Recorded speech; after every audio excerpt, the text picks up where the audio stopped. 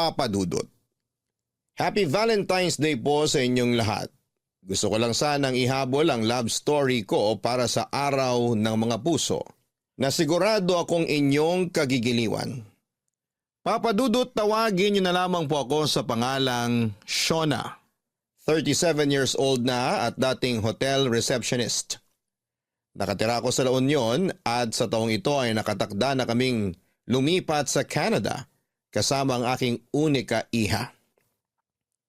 Bago pa man namin lisanin ang Pilipinas ay nais kong i-share ang kwento ko sa inyo. Bilang avid listener ng Barangay Love Stories, isa ito sa mga mami-miss ko kapag nasa Canada na kami. Kaya hiling ko na sa huling pagkakataon ay kwento ko naman ang mapakinggan ko sa inyong programa. Pangalawa ako sa 3 magkakapatid, Papa Dudut. Lahat kami ay pawang kababaihan kaya naman aware na ako sa kung gaano kahirap pagkatiwalaan ng mga kalalakihan pagdating sa relasyon. Naging saksi kasi ako sa mga sunod-sunod na heartbreaks ng mga kapatid ko noong sinubukan nilang pasukin ang pakikipagrelasyon. Maging ako rin naman. Dumana sa ilang heartbreaks at ang mga bagay na yon ang isa sa mga rason kung bakit mas natuto akong pumili ng mga lalaking papapasukin ko sa buhay ko. 3 beses akong nasaktan dahil nagmahal ako ng maling tao. Ang unang heartbreak ko ay noong nasa college ako kung saan ay naging side chick ako ng isang lalaking playboy nang walang kaalam-alam. Pangalawa ay isang office romance na akalain mong straight out of a K-drama. Pero sa huli, for fun lang pala yung nangyaring relasyon namin dahil bored daw yung lalaki sa work. Ang pinakahuli at ang pinakamasakit na sigurong heartbreak ko ay mula sa pangatlo kong boyfriend na minahal at pinagkatiwalaan ko ng sobra. Naghiwalay kami noong nalaman kong may kahati pala ako sa kanya. Nalaman ko kasi na sa loob ng mga taong pagsasama namin ay pumatol pala siya sa bakla, Papa Dudut.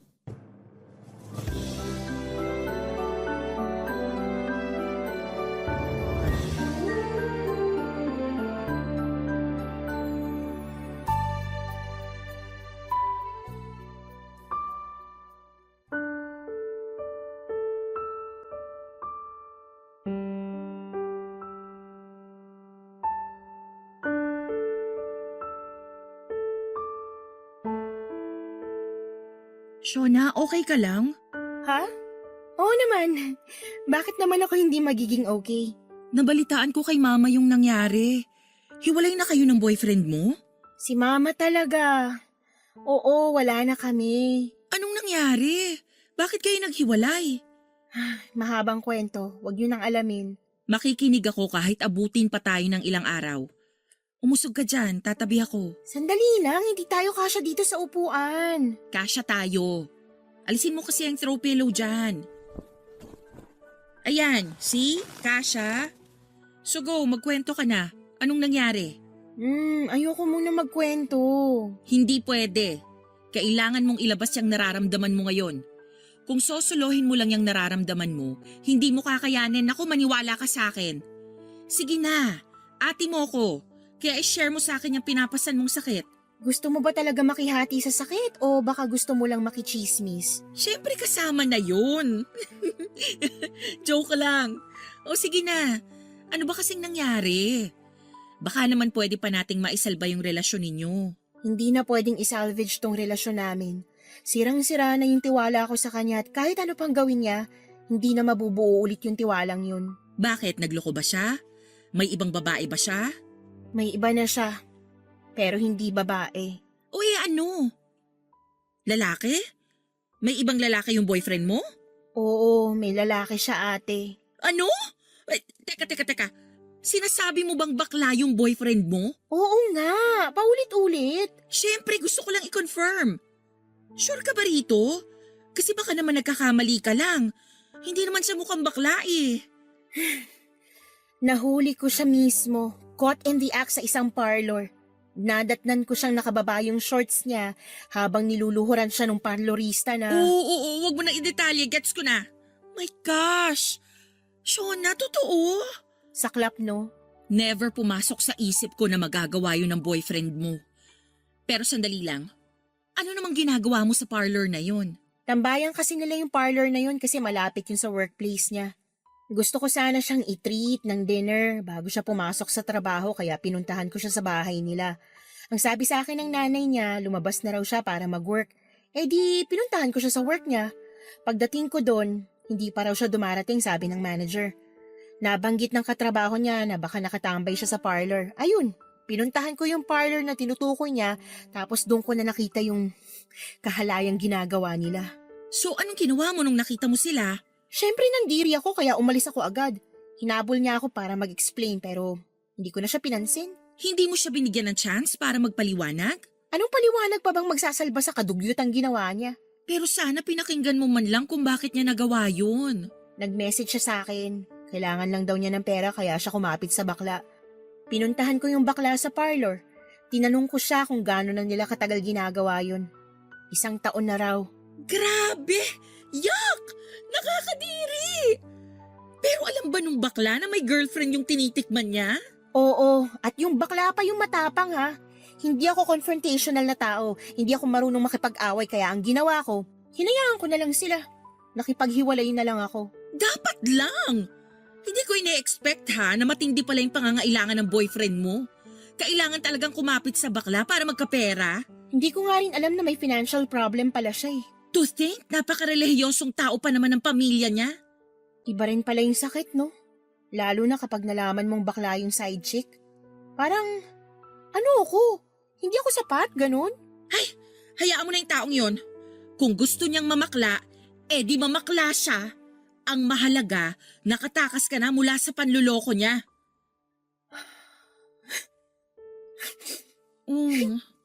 Sige, iyak mo lang yan. Ang hirap maloko. Parang wala lang sa kanya yung 5 years na pinagsamahan namin. Ganun lang kasimple yun para sa kanya. Kaya niyang sirain yung relasyon namin para lang sa pera. Kung mas mahalaga ang pera para sa kanya kesa sa'yo, hindi kanya deserve. Masakit pero ang mahalaga ngayon, wala nang taong nanluloko sa'yo. Mahirap tanggapin na natapos bigla yung 5 years ng pagsasama nyo. Pero it's for the better, maniwala ka.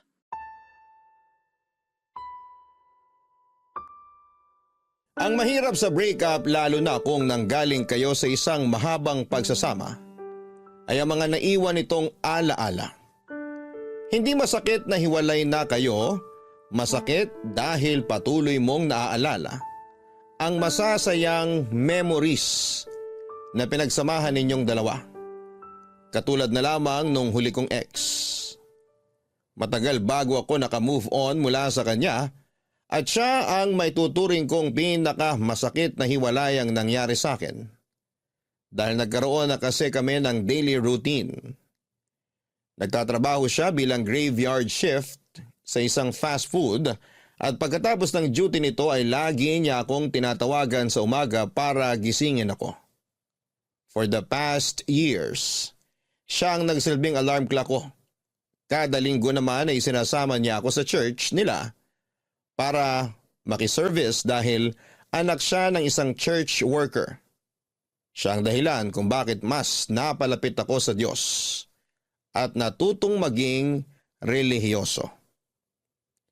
Sa mga importanteng araw ng buhay namin katulad ng birthday, anniversary at Valentine's Day, palagi kaming lumalabas noon para mag-food hunting ng mga bagong bukas na restaurant at mga trending na kainan. Gumagawa pa nga kami ng sarili naming reaction video at food review for our own consumption. Sa loob ng 5 taon ay naging parte na ng bawat araw ko ang ex kong yon. Bawat lugar, bawat gawain, pati bawat meme sa Facebook ay meron akong ala-ala niya. Sa pagkawala niya ay hindi ko na alam tuloy kung papaano ko pa ipagpapatuloy ang mga susunod na araw ko na wala siya. Maraming natapos na routine ko noong naghiwalay kami at isa yon sa mga bagay na nami-miss kong gawin, Papa Dudut.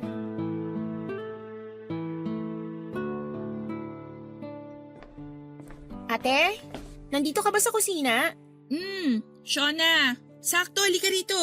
Bakit? Maupo ka, may ipapakita ako sa'yo. Ano naman to? Anong gagawin ko dyan sa magazine? Check mo sa page 15. May mga bagong sikat na hairstyle dyan na pwede mong pagpilian. Baka gusto mong magpagupit. Bakit naman ako magpapagupit? Siyempre, broken ka. O hindi ba kapag broken tayong mga babae, ang unang ginagawa natin para ipakita na naka-move on na tayo mula sa past relationship natin ay magpagupit? New hair, new me. Ganon. Uso pa ba yun? Para saan? For validation? Para lang masabing moved on na ako? Of course, ayaw mo ba? Salamat na lang pero happy and contented na ako sa buhok ko ngayon. Hindi ko babaguhin ang hairstyle ko para sa lalaki, no? Pati ba naman yun, lalaki pa rin ang magiging rason? Magpapagupit ako kung kailan ko gusto. Okay, chill. Suggestion lang naman eh. Pero kung ayaw mo magpagupit, may plan B naman ako. Ano naman yan? Ikaw talaga ate, dami mong pakulo. Supportive ate lang. O, diyan ka lang ha. Kukunin ko lang dito sa microwave yung niluluto ko.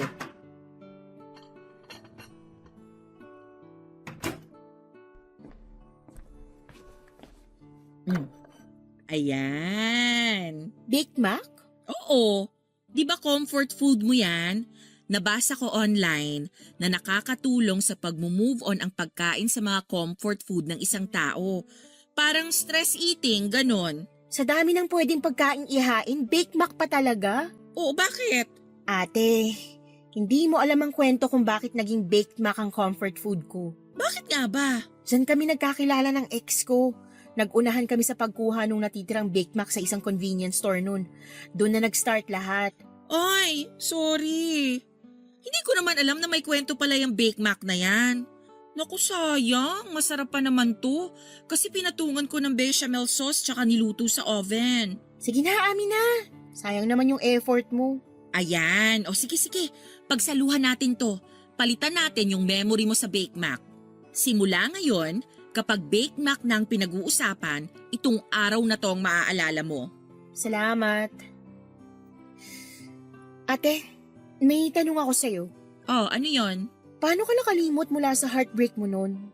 Paano mo natanggap yung nangyari? Ako? Paano nga ba? Kung hirap sagutin yan eh kasi maski ako, hindi ko rin alam kung anong ginawa ko noon. Siguro, niyakap ko na lang yung sakit. Hinayaan kong masaktan ako. Hinayaan kong maramdaman ko yung sakit ng hiwalayan namin. Tapos, nasanay na lang ako sa sakit. Tayo naman kasi parang may sariling immune system din yung emotions natin eh. The more na nararamdaman natin yung pain, the more na gumagawa ng paraan yung utak natin para ma-immune tayo sa sakit. So dapat hayaan ko na lang yung sakit na nararamdaman ko ngayon? Oo. Wala ka namang ibang choice. Wala namang pain reliever para sa mga ganyang klaseng sakit eh. Kung meron, edi sana wala nang takot ma-broken heart kapag nagkataon, 'di ba? Gaano katagal? Ilang araw ang kailangan kong danasin bago ako masanay sa sakit. Hanggang sa matanggap mo na ang totoo na wala na kayo, na hindi siya para sa'yo. Ang hirap. Madaling magpanggap na okay lang pero mahirap tanggapin na hindi pa ako okay. Alam mo kung ano ang isang bagay na natutunan ko sa pag-ibig base sa mga heartbreak ko? Ano? Na huwag habulin ang pag-ibig. Huwag mo tong hanapin. Kasi malaki ang magiging chance na sa maling tao ka mapupunta. Paano mo naman nasabi? Hindi naman natin alam kung tama o mali yung pipiliin natin eh. Sa huli na lang yun nalalaman. Kaya nga sabi ko huwag habulin. Hayaan mo lang siyang kusang dumating. Kasi ang pag-ibig, gagawa yan ng paraan para mahanap at mapunta ka sa tamang tao. Di ba nga ang bawat kandado may sari-sariling susi yan? Kung hindi ikaw ang makakapagbukas nun, ibig sabihin, hindi ikaw yung susi. Hindi ko gets. So ano, tutunga nga na lang ako dito hanggang sa dumating yung tamang tao para sa akin? Hindi naman. Ay basta ang hirap kasing i-explain. Sigurado naman ako na one of these days, maiintindihan mo rin yung ibig kong sabihin. Sa ngayon, focus ka na lang muna sa sarili mo. Wala naman ako ibang bibigyan pa ng focus kundi sarili ko lang eh. Oo nga naman. Oh, kumain na nga lang tayo. Mabuti pa nga. Ayaw mo talaga magpagupit? Ayoko, hindi mangyayari ang gusto mo. Okay, bahala ka. Hindi ko gets noon si ate sa mga advice na ibinibigay niya sa akin. Naniniwala kasi ako na ang pag-ibig ay dapat tinatrabaho. Hindi ito basta na lamang kakatok sa pinto mo para magpakilalang siya na ang forever mo. Tao mismo ang gagawa ng sarili nilang forever at hindi ito dapat nakaasa sa tadhana lang. Pero kahit na ganoon ay sinunod ko ang sinabi ng ate ko na huwag na munang maghabol sa pag-ibig. Kaya siguro ako napunta sa mga maling tao ay dahil pinipilit ko ang pag-ibig para sa taong hindi naman pala para sa akin. Hindi naglaon ay natutunan ko rin namang kalimutan ng ex kong yon. Nakagawa ko ng panibago kong mundo nang wala siya. Akala ko mahirap nung una pero kapag natanggap mo na ang katotohanan hindi dapat, iniiyak ka ng isang taong manloloko ay madali na lang kalimutan ang lahat. Ibinaon ko sa limot ang past experiences ko at iniwan ko sa utak ko ang mga aral na natutunan ko. Taon ang dumaan, naging strong and independent woman ako na hindi umaasa sa lalaki. Ako na mismo ang gumagawa noon ng sarili kong kaligayahan. Sinanay ko ang sarili kong maging single sa puntong hirap na noong makaporma ang mga lalaking gusto kong ligawan. Dahil sa mga sugat sa puso ko ay naging mapili ako. At hindi basta-basta tumatanggap ng mga lalaking hindi naman worth it ng mga oras ko. Hanggang sa isang araw, isang lalaki ang dumating sa buhay ko at ang puso ko na matagal nang namamahinga ay muling tumibok para sa isang tao. Luis ang pangalan ng lalaking muling nagpatibok ng aking puso, Papa Dudut. Kung sa mag-ina, may tinatawag na lukso ng dugo, sa akin naman ay parang lukso ng pag-ibig ang nangyari noong nakita ko si Luis, Papa Dudut. Una ko siyang nasilayan sa trabaho ko bilang receptionist sa isang hotel sa San Fernando, La Union. Noong mag-check-in siya doon kasama ang ilang kaibigan. Sa kanya unang nabaling ang tingin ko dahil sa kakaiba nitong tangkad na parang aabot ng mahigit 6 feet. Maputi din siya. Pinakamaputi sa kanilang magkakaibigan. May arm tattoo ito at kahit nakasuot ng cap ay kitang-kita ang chinito features nito sa mukha niya. Aminin ko na unang kita ko pa lamang sa kanya ay attracted na kaagad ako sa kanya pero hanggang attraction lamang yon, Papa Dudut. Never ako nag-assume o nagkaroon ng delusion na magiging close kaming dalawa. Katulad ng ibang guest, hahangaan ko lang sila pero agad ding makakalimutan kapag nag-check out na sila.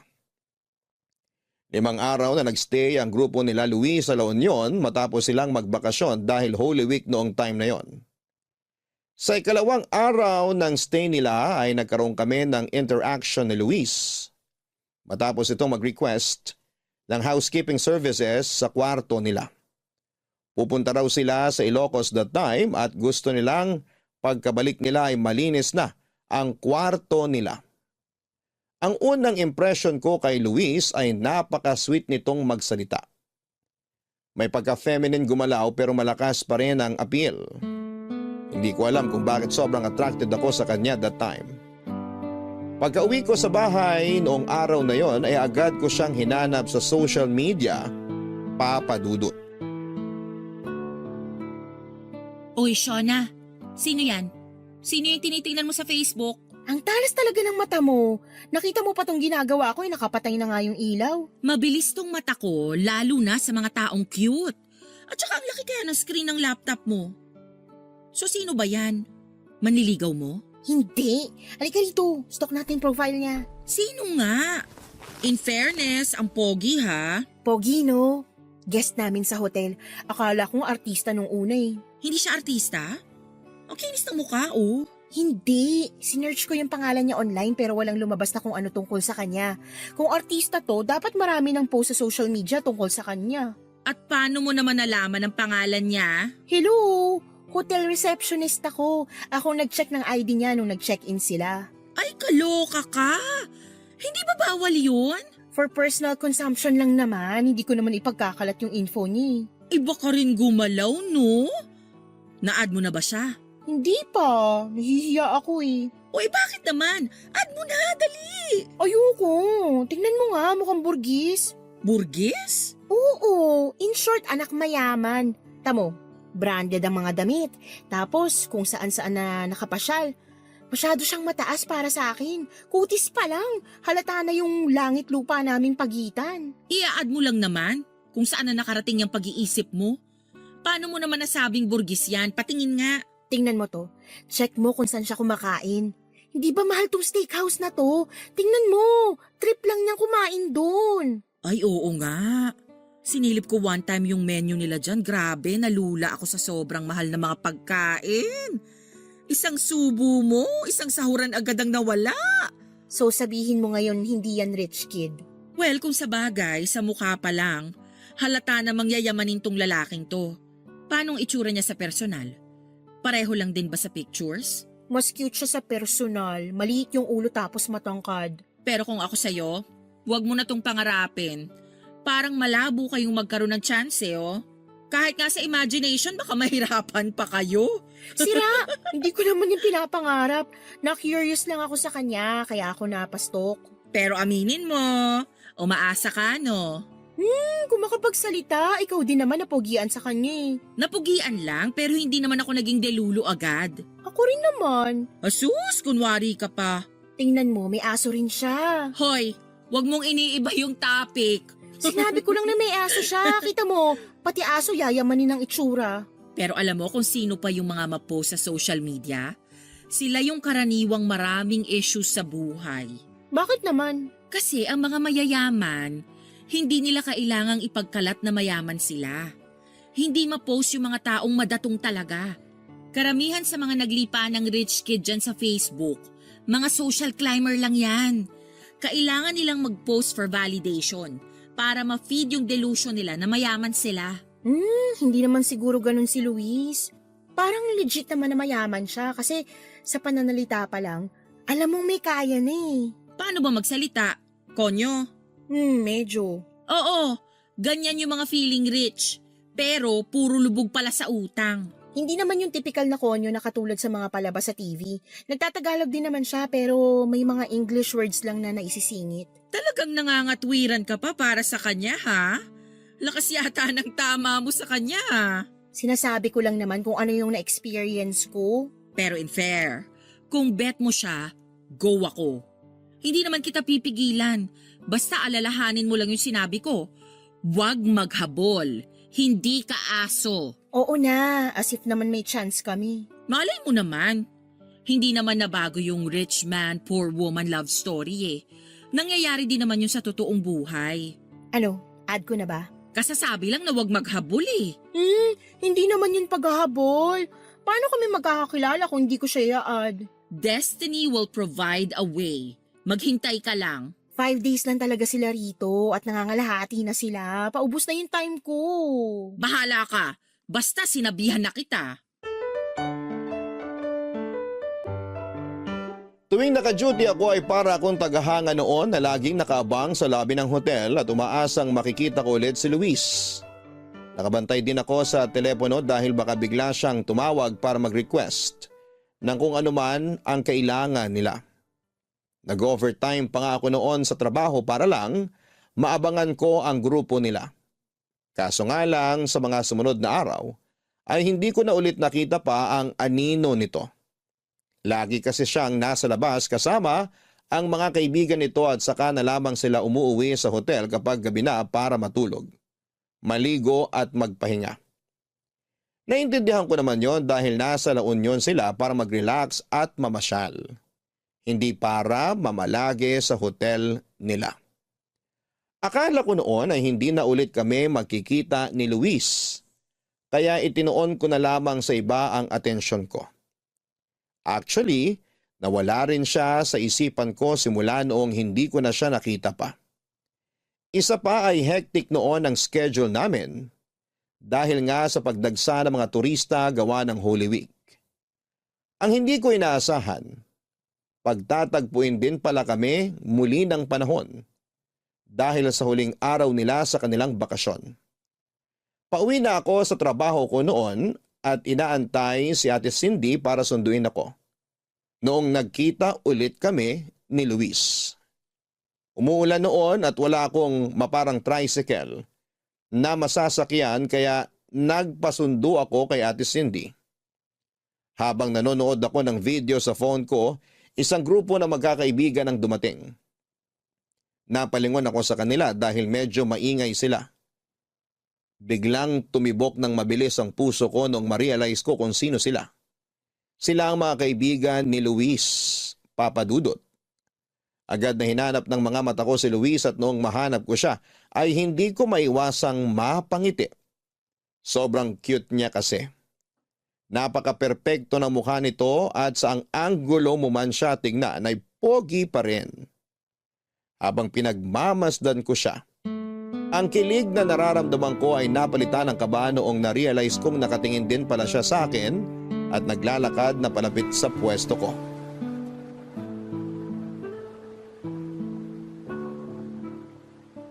Miss, pwede ba mag-smoke dito? Ha? Yes, yes. Oh, pwede. Pwede ka mag-smoke dito. Thanks. Wait pala. Doon ka na lang po siguro sa gilid, sir. Baka mapagalitan tayo ng guard kapag nakita ka ni. Nandito kasi tayo sa may entrance. Okay, sorry. Pwede na ba ako dun banda? Dito na lang po kayo. May alam akong spot na tago. Okay. Sunod po kayo sa akin. Malayo ba? Hindi naman po. Dito lang po sa may gilid. Kahit dito na po, pwede na. May mga halaman naman dyan eh. Hindi ka na makikita. Wala ba kayong smoking area? Wala po eh. Minsan nga, dyan na lang sa gilid-gilid naninigarilyo yung iba. Naiwan po yata kayo ng mga kaibigan nyo. Pumasok na sila. It's alright. Nagpaalam naman ako sa kanila na mag-smoke lang ako saglit. Kailangan ko to kasi napagod ako sa pinuntahan namin eh. Mukhang marami po kayo napasyalan ngayon ah.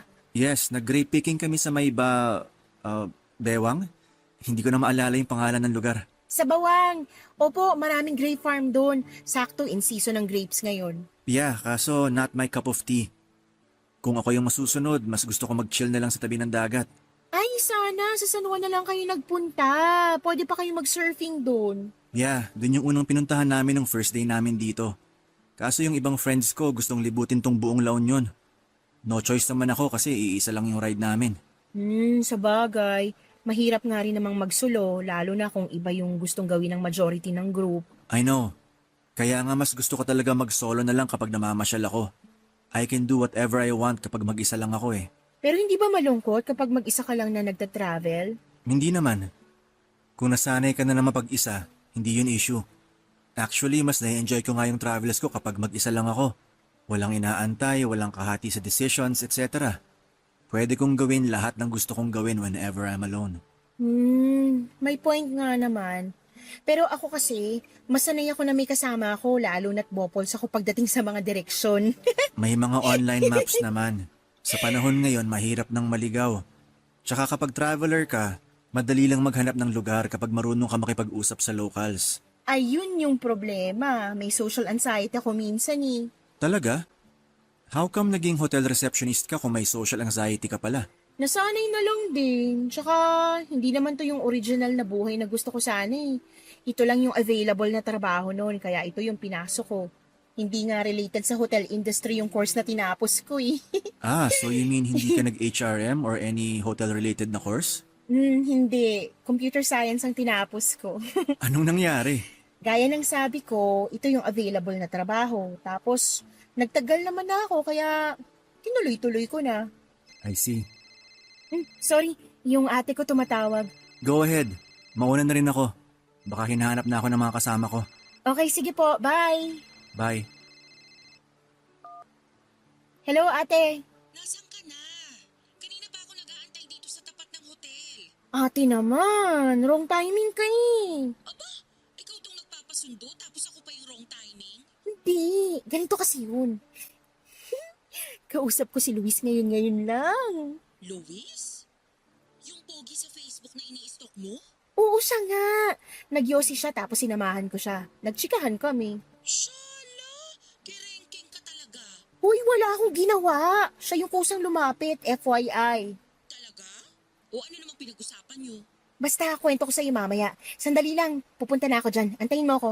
Dalian mo, gutom na ako.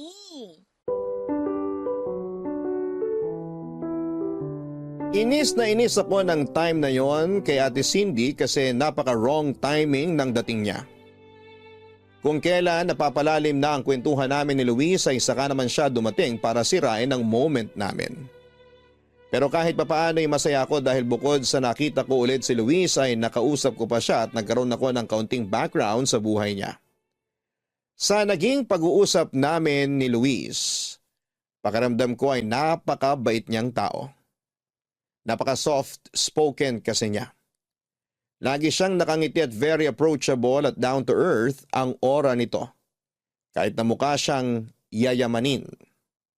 Dahil sa nangyaring interaction sa pagitan naming dalawa, ay nagkaroon ako ng lakas ng loob para i-add siya sa Facebook na agad naman niyang inaccept. Alam kong binilinan ako ni Ate Cindy na huwag maghabol ng pag-ibig. Pero kung tulad din lang naman ni Luis ang hahabulin ko ay kahit ilang kilometro pa yan ay hahabulin ko siya, Papa Dudut. Oo, medyo maharot ako sa part na yon pero isa lang naman akong hamak na babae na nahulog ang loob sa isang cute na tulad ni Luis. Pag-accept sa akin ni Luis, inintay ko na siya ang unang mag-reach out sa akin para hindi naman masyadong halata na gustong gusto ko siya. Pero noong nakaligot na kakain na ako, ay wala pa ring message sa akin si Luis. Siguro hindi lang talaga siya kasing interested sa akin katulad ng pagkakaroon ko ng interes sa kanya. Nang gabing yon ay hindi ako makatulog dahil sa kakaisip sa kanya. Kung ano-anong conversation starters na ang pumasok sa isipan ko. Para kung sakaling mag-message ako sa kanya ay worth it naman akong replyan niya. Pero bago pa man ako makapag-isip ng topic na i-message sa kanya ay inunahan na ako ni Luis. Halos magtatalon ako sa tuwa noong nakita ko ang notification sa phone ko kasama ang mensahe nitong hi. Papadudod sa Facebook nagpatuloy ang ugnayan namin ni Luis. Noong gabing yon ay magdamag kaming nagkwentuhan sa kung ano-anong topic na pwedeng mapag-usapan. Pumasok tuloy ako sa trabaho noong araw na yon ng puyat at walang tulog. During shift ay matyaga akong inintay na makita ulit si Luis kaso'y nalungkot ako noong nalaman kong nag-early check out na pala ang grupo nila. At umalis na nang hindi ko man lang namamalayan. Agad ko siyang minessage para itanong kung anong nangyari dahil akala ko ay mag-i-extend pa sila ng 2 pang araw. Gabi na noong natanggap ko ang reply sa akin ni Luis at tumingi siya ng tawa dahil hindi na siya nakapagpaalam. Kadarating lang daw nila sa Manila that time kaya siya late nakapag-reply. Ang rason kung bakit sila maagang umuwi ay dahil nagkaroon daw ng emergency ang isa sa mga kaibigan nila. Hindi man ulit kami nakapag-usap ni Luis ay nagpatuloy naman ang connection namin online. Sa mga sumunod na buwan ay in-entertain namin ang isa't isa. Pero ang pagiging malayo namin ang naging dahilan kung bakit kalaunan ay lumabo rin ang interest namin sa bawat isa. Tumagal ang bawat reply namin sa isa't isa hanggang sa tuluyan ng naputol ang communication namin. Mabilis din naman akong nakamove on mula sa kanya dahil wala namang masyadong nangyari sa pagitan namin. Pero 1 taon nang lumipas ay nagulat na lamang ako noong isang araw ay bigla na lamang ako nakatanggap ng tawag mula kay Luis Papadudut. Grabe, sa panahon ngayon, sobrang hirap na talagang i-maintain yung magandang relationship, no? Oo nga eh. Hindi ko in-expect na maghihiwalay din pala yung celebrity couple na yun. In love sila sa isa't isa dati. Love is not constant, ika nga nila. Hindi palaging ganun kalalim yung pagmamahal mo sa isang tao. May times na nawawala rin yun. Kaya nasa tao na lang talaga kung ipagpapatuloy pa nilang mahalin yung partner nila. 10 years? Sayang din yun. O bakit? May 20 years nga naghihiwalay pa rin eh. Ang saklap. Ang sakit siguro nun, no? Ang haba-haba ng pinagsamahan nyo para matapos lang ng ganun. Kung pareho naman nilang choice yun, wala tayong magagawa. Siguro hindi na sila masaya sa isa't isa. Kaya the best choice na lang siguro maghiwalay. Sana hindi mangyari sa akin yung ganun. Hindi mangyayari yun sa'yo. Single ka naman eh. Siyempre, kapag nagkaroon na ako ng boyfriend or asawa, hindi ko rin naman gustong matulad sa kanila. Bakit? Ikaw gusto mo ba? Di rin. Kaya dapat ikaw, kapag nakahanap ka ng lalaki, hindi yung mahal ka lang ngayon. Dapat siguraduhin mong mamahalin ka niya araw-araw. Saan ba makakahanap ng ganung lalaki? Ewan ko, swertihan na lang talaga. Oh my gosh! Oh my gosh! Oh my gosh! Oh, bakit? May tumatawag sa akin! Oh, alam ko, narinig ko nga. First time makareceive ng tawag? Grabe ka naman makareact. Teka lang! Okay. Sino ba kasi yan? Si Luis! Sinong Luis? Basta, tagal na namin hindi nagkakausap nito eh. Bakit kaya siya tumatawag? Luis? Wala akong maalalang... Shh! Sasagutin ko na siya. Huwag ka na muna maingay dyan. Hello? Luis? Hello, good evening, Shauna. Kumusta ka na? Okay naman ako. Bakit ka napatawag? Nasa work ka ba ngayon? Wala, nasa bahay ako. Day off ko ngayon eh. Bakit mo natanong? Nandito ako ngayon sa hotel kung saan ka nag-work. Teka, nandito ka sa La Union ngayon? Oo, kararating ko lang. Biglaan lang. Hindi kami natuloy sa Baguio ng mga friends ko. Kaya naisip ko na dumiretso na lang dito sa La Union. Oh, I see. Kaso may problema ako eh. Ano yun? Ano problema? Fully booked na raw yung hotel nyo. Sinubukan ko mag-book ng ibang accommodation online kaso wala na rin akong mahanap eh. Marami kasing nagbabakasyon ngayon kasi Pasko. Natry mo na ba sa isang hotel? 3 kilometers from there? Oo, kanina pa ako naghahanap kaso wala talaga eh. Pwede bang humingi ng favor? Pwede bang pa-check kung may available pa sa hotel nyo? Sige na oh, baka lang may available pa. Okay, sige. Susubukan kong tawagan yung naka-duty ngayon. Tatawagan kita ulit mamaya. Okay, thank you very much. Oh my gosh! Nandito si Luis! Sino ngang Luis? Ipakilala mo naman sa akin. Si Luis, yung cute guy na guest ko noon last year. Hindi mo na maalala? Yung Borgis? Oo, siya nga. Ay, sosyal. May contact pa pala kayo. Actually, hindi na kami nag-uusap kaya nagulat nga ako ngayon nung bigla siyang tumawag. Naalala niya pa pala ako hanggang ngayon. O bakit naman daw napatawag? Ano raw ang kailangan? Wala siyang mapag-check-in na hotel. Nagpapatulong siya sa akin.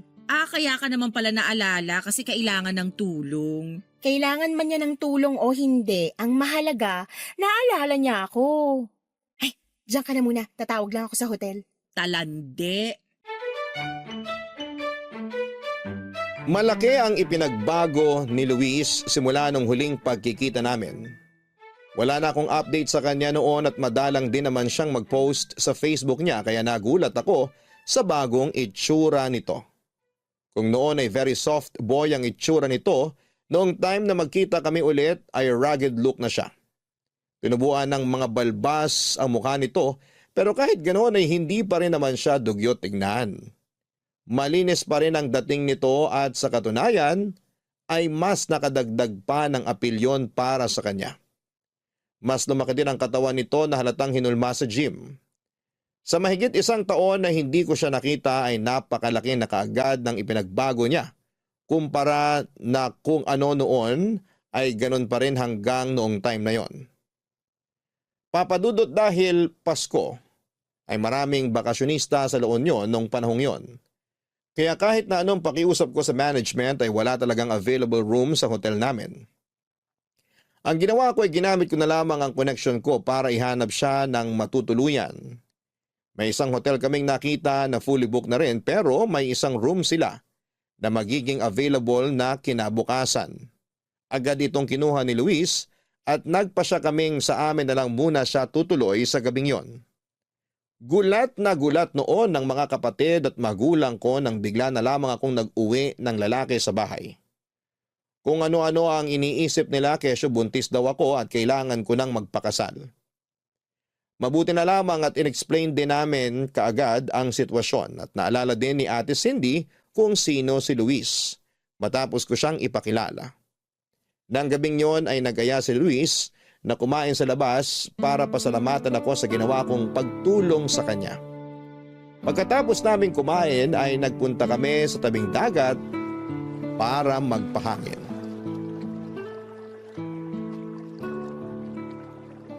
Masarap pala tumambay dito sa beach kapag gabi, no? Oo naman, lalo na dito sa part na walang masyadong tao, malayo sa mga bar. Tahimik, masarap sa pakiramdam.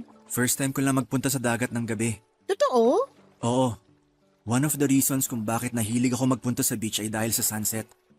Napakasirin kasi ng moment. Lalo na kapag golden hour na. Yung papalubog na yung araw. Oo, maganda nga yun. Isa yan sa mga bagay na sinuwerte kami dito sa La Union. Araw-araw naming nakikita yung paglubog ng araw. Nakakainggit ka nga eh. Sa Manila kasi, sa sobrang dami ng buildings, pahirapan tuloy makapanood ng sunset. Unless maghanap ka talaga ng lugar, which is hindi ko na nagagawa dahil nga busy din naman ako sa buhay. Kaya ka lagi nagpupunta dito sa LU. Oo. Palawan, Boracay, El Nido. Marami na ako napuntahan. Pero hindi ko alam kung bakit may lugar na sa puso ko tong San Juan Beach. Siguro dahil marami na rin akong memory sa lugar na to. Ako? Ito pa lang yung beach na napuntahan ko. Talaga? Oo, maliban na lang sa 100 Islands nung 3 years old pa lang ako. Hindi ka pa ba nakakalabas ng La Union? Nakalabas na. Marami na rin naman ako napasyalang lugar pero kapag namamasyal kasi ako, nagpupunta ako sa mga lugar na hindi ko pa naranasan o hindi ko araw-araw na nakikita. Sanay na ako sa bundok at dagat dito sa LU eh. Ba't pa ako lalabas para lang mamundok o magpunta ulit sa dagat, 'di ba? Oo nga naman. Alam mo kung bakit mas na-appreciate kong dagat kapag gabi? Bakit? Kung gusto mong dagat dahil sa sunset, ako naman gusto ko ang dagat dahil sa mga bituin. Bituin? Bakit naman? Nakikita mo naman yung bituin kahit nasan ka eh. Kahit wala ka sa dagat. Oo, pero sa lala ng light pollution ngayon, mahirap ng pagmasdan ng kalangitan. Pero dito sa dagat, wala masyadong ilaw.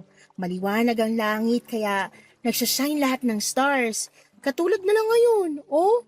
Ang sarap mahiga sa malamig na buhangin habang nakatingala. Mika, subukan mo. Higa ka rin. Dito mismo? Oo, bakit naman hindi? Malinis naman tong buhangin eh. Lika, try mong humiga. Tingnan mo, masarap sa pakiramdam. Okay. Anong pakiramdam? Wow. Sabi sa'yo eh. Bigla ko tuloy na miss yung family ko.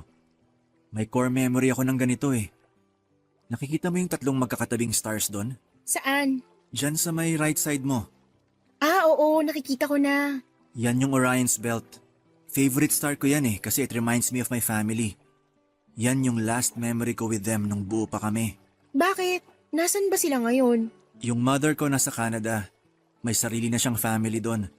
Yung father ko naman, may sarili na ring pamilya. I think nasa Cebu sila ngayon. Ah, so mag-isa ka na lang ngayon? Kasama ko yung brother ko. May contact pa rin naman kami kay mama. Actually, plan niya kaming kunin sa Canada one of these days. Doon na kayo titira? Oo, pero hindi pa sa ngayon. Marami pa akong gustong gawin dito eh. Tulad naman ng ano? Basta, marami pa. Di pa ako ready na iwan tong Pilipinas. Lalo na tong La Union. Baka gusto mo mag-extend ka ng stay mo rito. Ako magiging tour guide mo para masulit mo yung bakasyon mo. Talaga? Oo naman. Kung gusto mo nga, dito ka na rin mag-celebrate ng Christmas eh. Actually, magandang idea nga yan. Pwede ako mag-extend until Christmas. Total, naka-leave naman ako sa work ko ngayon. Kapag nag-extend ka, iuwi kita sa bahay. Doon ka magpapasko sa amin. Sige, deal. Mag-extend ako rito. Ang bilis mo namang mag-decide.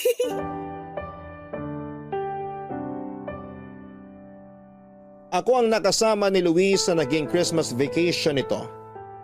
Nakipag-usap pa ako noon sa mga katrabaho ko para makipagpalitan ako ng schedule para lamang mapagbigyan ko si Luis at para na rin may pasyal ko siya sa buong La Union.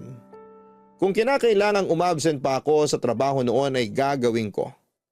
Maganda naman po ang record ko sa work kaya sigurado kung hindi yun problema para sa management. Papadudot isa yon sa mga Paskong hinding-hindi ko makakalimutan. Iba rin pala kasi sa feeling na i-celebrate ang diwa ng Pasko kasama ang isang estranghero. Sa pamamagitan noon ay nakapag-open up ako kay Luis without judgment. Nakakapagsabi ako ng opinyon ko nang hindi nabibigyan ng mali siya. Bukod doon ay nalibre pa ako ng pagkain at nakapamasyal. Good listener si Luis, pero marunong din siyang magbigay ng saloobin nang hindi nakakainsulto, lalo na kung magkaiba kami ng opinyon. Sa loob ng 3 araw na pamamasyal naming dalawa ay never akong nakaramdam sa kanya ng awkwardness. Very gentleman siya, maalaga at protective. Akala ko noon, ako lang ang nag-enjoy sa pagsasama naming dalawa. Hindi ko alam na maging siya ay nagustuhan din pala ang stay niya sa La Union kasama ako. Kaya naisipan niyang mag-extend pa ng bakasyon hanggang sa Pasko. At dahil wala naman siyang kasamang mag-celebrate ng Christmas noon, ay in-invite ko na lamang siya sa bahay para doon mag-celebrate kasama ang pamilya ko.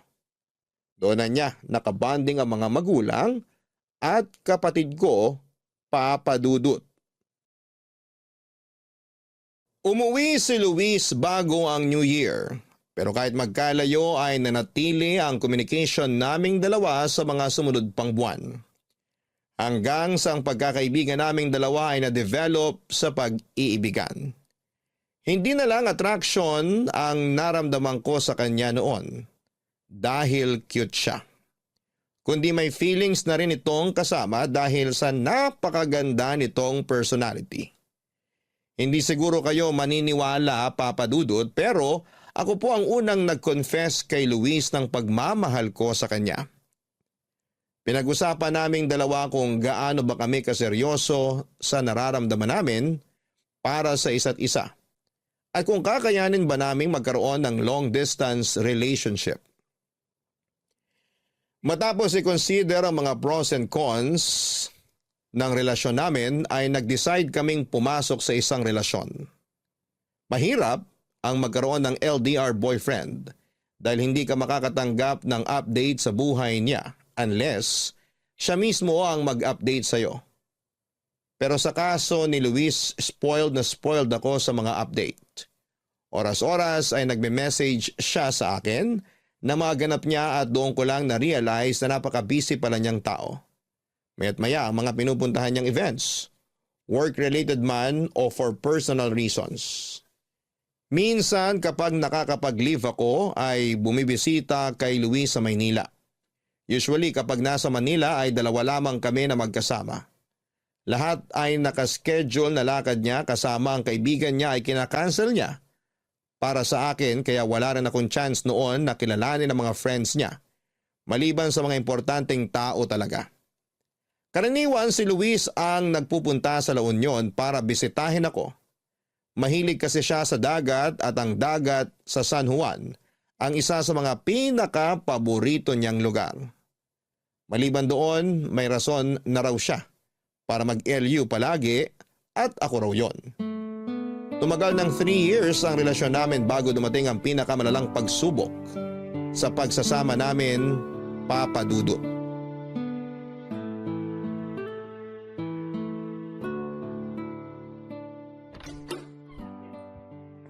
Shona! Sa wakas nakauwi ka na! Kanina pa kita hinihintay. Hindi ka man lang nag-reply sa mga message ko. But empty yung phone eh. Naiwan ko yung power bank ko kaninang umaga. Bakit? Ano bang meron? Huwag kang magugulat sa ipapakita ko sa'yo ha. May sinend kasi sa aking video yung kaibigan ko. Anong video? Video ni Luis. Luis? Anong klaseng video? Mas maganda kung panoorin mo na lang. Halika rito. Patingin nga. Play mo na. Familiar ba yung lalaking nakaitim? Si Luis yan, di ba? Hindi ko sure. Si Luis yan. Hawig na hawig niya oh. Bakit kanya siya sumayaw? Parang bakla.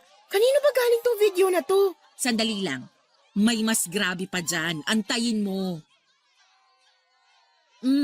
Ayan na. Hinahalikan niya yung kasayaw niyang lalaki. Hindi. Hindi si Luis yan. Baka naman kamukha lang niya yan. Imposibleng si Luis yan. Kahit sa ang anggulo mo tignan, si Luis yung nasa video. Nakita mo ba kung paano siya gumalaw? Daig pa niya yung babae kung gumiling. Grabe makatwork! Sobrang wild! Hindi siya yan. Paano mo mapapatunayan na si Luis yan? Shona, ikaw ang girlfriend ni Luis. Mas ikaw ang nakakaalam kung siya ba yung nasa video o hindi. Hindi nga siya yan, ano ba? Mas magaling ka pa sa akin eh. O huwag kang magalit sa akin. Tinutulungan lang kita para hindi na ulit masaktan yung puso mo. So anong gusto mong palabasin? Na bakla si Luis? Ano ba yung nakita mo sa video? May kasayaw siyang lalaki, di ba? Mas malambot pa sa sex bomb yung katawan niya kung sumayaw. Ang malala, hinalikan pa niya yung kasayaw niya sa harap mismo ng mga tao. Ano sa tingin mo, hindi ba bakla yung ganung asta? Hindi lang yung simpleng halik, Shona. Nilaplap niya yung kasama niya. Tama na! Oh, sorry. Nadala lang ako. Hindi ko rin naman inaasahan na ganun pala yung boyfriend mo eh. Saan mo nakuha yung video na yan? Sinento sa akin ng kaibigan ko nung college. Naging kaibigan daw niya si Luis nung nasa Maynila pa lang sila. Nagkakilala sila sa bar. O hindi ba mahilig din mag-bar si Luis? Hoy, Shona! Sandali, nag-iisip ako. Pinoproseso pa ng utak ko yung napanood ko. Kung gusto mo, ikaw na lang mismo makipag-usap sa kaibigan kong yon. Kaya raw niyang magbigay ng pruweba na si Luis nga yung nasa video. Bakla ang boyfriend ko? Bakit? Anong klaseng trip to? Pinaglalaroan ba ako ng tadhana? Binigyan ako ng ex na namamakla tapos ngayon, boyfriend na bakla? Siguro mas makakabuti kung si Luis na lang mismo ang kausapin mo tungkol dyan. Mas maganda yung maliwanagan ka. Kung totoo mang bakla siya, bakit ngayon ko lang nalaman? Paano niya naitago yun sa akin? Eh hindi naman kasi ganun kadaling malaman ang sexualidad ng isang tao eh. Masyadong komplikadong bagay na yan. Kasi ang sexuality, hindi naman yan black and white lang. Kaya nga rainbow ang kulay nila, di ba? Kaya nga LGBTQIA+ ang tawag sa komunidad nila dahil maraming klase yan. At kung ano man si Luis sa mga letrang yan, yun ang dapat mong alamin. May mga bakla na halata, may mga bakla na hindi mo aakalaing bakla. Nasa kanya-kanyang gender expression nila yan. Pero kitang-kita sa video kung anong klase siyang bakla. Mas malandi pa siyang sumayaw kaysa sa akin eh. Ibig bang sabihin na nagpapanggap lang siya sa loob ng mahigit 3 taon na pagsasama namin? Isang video lang yung napanood natin. Katulad nga ng sinabi ko, mas mabuting siya na lang ang kausapin mo mismo tungkol dyan. Tsaka para na rin sa... O teka, saan ka pupunta? Sa kwarto. Hindi nagpa-function ang utak ko ngayon. Gusto ko na lang muna mapag-isa. Nandito lang ako kung gusto mo nang makakausap.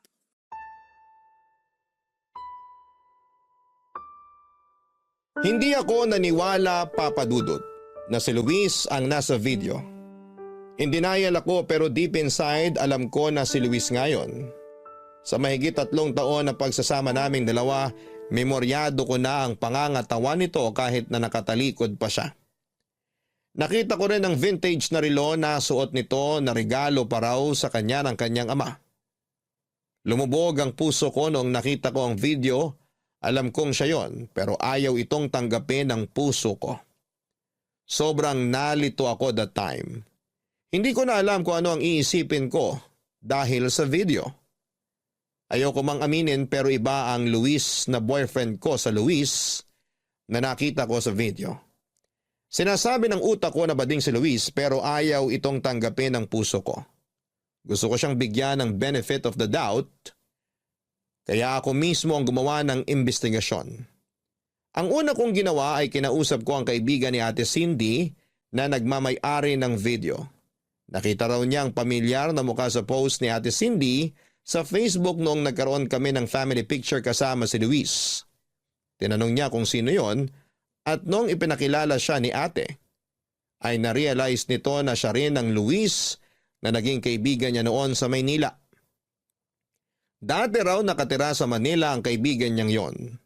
Nakilala niya si Luis sa isang bar na catered para sa mga LGBTQ+ community.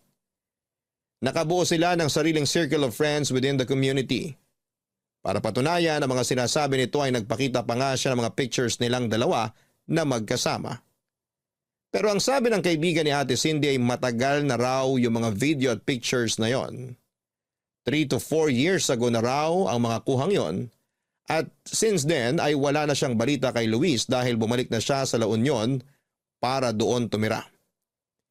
Hindi ko ma-explain kung ano ang naramdaman ko ng mga time na yon matapos kong makumpirma ang lahat. Sobrang nag-overthink ako ng malala sa puntong wala na akong ibang ginawa kundi ang umiyak. Isinend ko kay Luis ang pictures at videos na galing sa kaibigan ni ate. Saka ko pinatay ang phone ko. Barangay Nang Love gabing yun Stories. ay nakatulog Barangay ako na Love basa Stories. ng luha ang unan ko.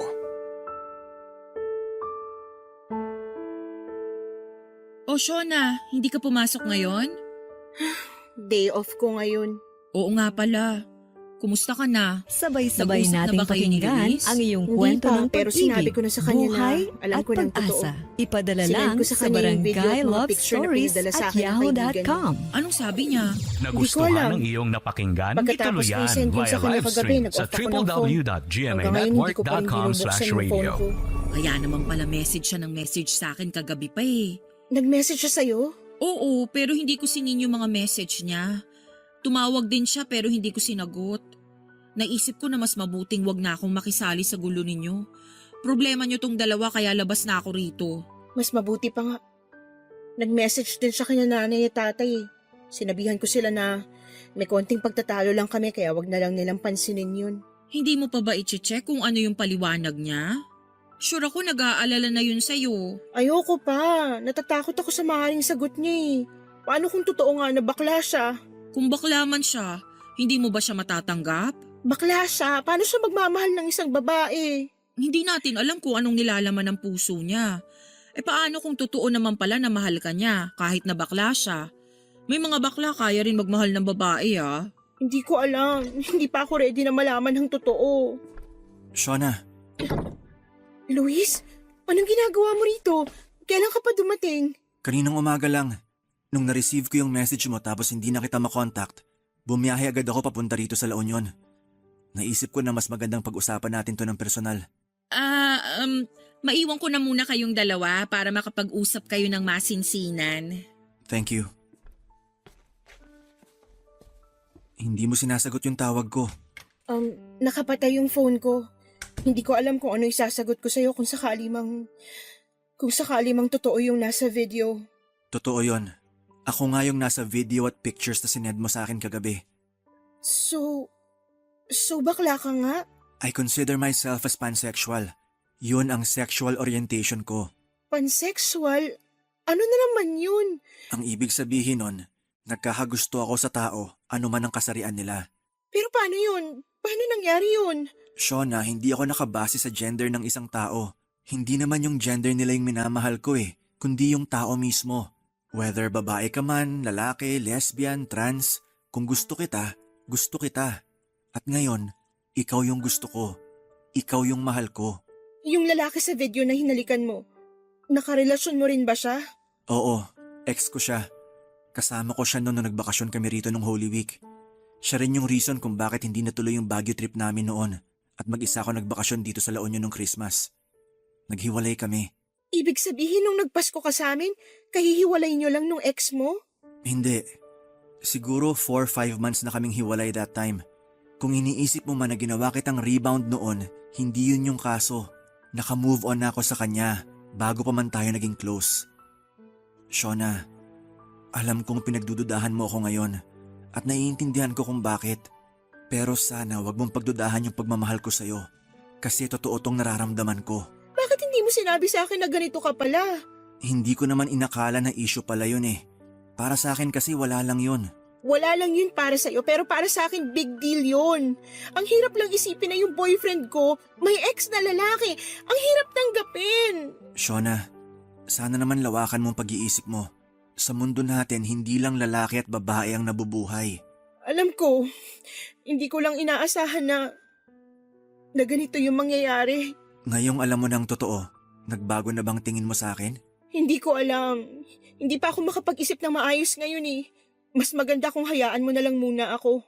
Kung yun ang gusto mo, bibigyan kita ng space. Pero please, Huwag mo naman akong iwan.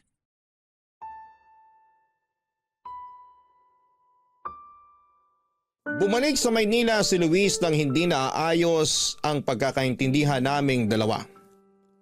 Hirap pa akong tanggapin noon ang katotohanan na bakla ang boyfriend ko. Gusto man niyang magstay pa noon sa La Union noon, ay kinakailangan niyang bumalik kaagad dahil sa trabaho niya. Ganon pa man, kahit galit ako sa kanya, ay hindi tumigil si Luis sa pagpapaliwanag ng side niya. Sinuyo niya ako ng sinuyo at mas lalo niyang pinatunayan sa akin sa mga sumunod na linggo ang pagmamahal niya para sa akin. Oo, Papa Dudut, galit ako sa kanya dahil itinago niya mula sa akin ang totoo, pero sa kabila ng galit kong yon, ay nanatili pa rin ang pagmamahal ko kay Luis. Hindi nagtagal ay unti-unti ko rin namang natanggap ang katotohanan. Bakla si Luis at mahal ko siya kahit na ganon man ang kasarian niya. Tanggap ko ito dahil ganon naman talaga ang pag-ibig.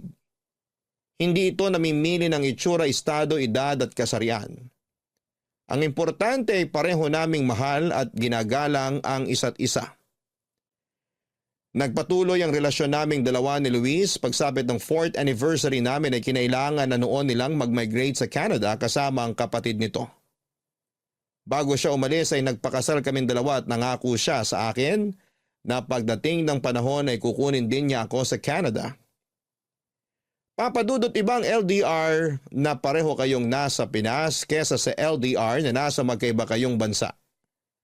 Mas mahirap ito kesa sa naunang pagsasama namin, pero kahit na ganoon, ay siniguro ni Luis na never magkakaroon ng puwang sa isipan ko ang pag-aalala at pag-overthink.